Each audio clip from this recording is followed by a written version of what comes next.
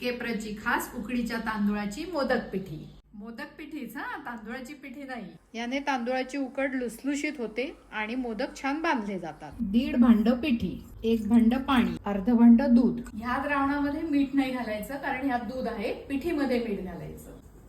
1 चमचा तूप. द्रावणाला थोडेसे बुडबुडे आले की पीठ मिक्स करायचं. 2 मिनिटाची वाफ द्यायची आणि मग गॅस बंद करून 10 मिनिटं तशीच ठेवायची आहे. उकड गरम असते म्हणून आधी वाटीनी आणि नंतर हाताने व्यवस्थित मळून घ्यायची. उकड एकदम लुसलुशीत झाली. केप्रची पिठी छान आहे. ओलं खोबरं आणि ऑर्गॅनिक गूळ मिक्स करूया सारणासाठी. जेवढं खोबरं तेवढाच गूळ. सारण साईडनी कोरडं व्हायला लागलं की सारण तयार झालं. साईडनी कोरडं दिसतंय, सारण तयार. पारी पातळ लाटून घ्यायची. तेलाचा हात घ्यायचा आणि असं जवळ चिमटे घ्यायचे. सारण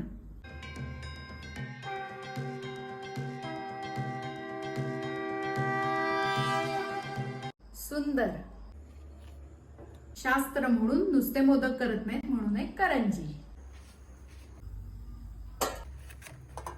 10 ते 12 मिनिटं उकडून घ्यायचे. 10 ते 12 मिनिटं झालीत. गॅस बंद करू आणि 2 ते 3 मिनिटं असंच ठेवायचं. मग झाकण उघडायचं. वाह बाप्पा मोरया. मोदक सुंदर झालेत. गणेश चतुर्थीच्या खूप खूप शुभेच्छा.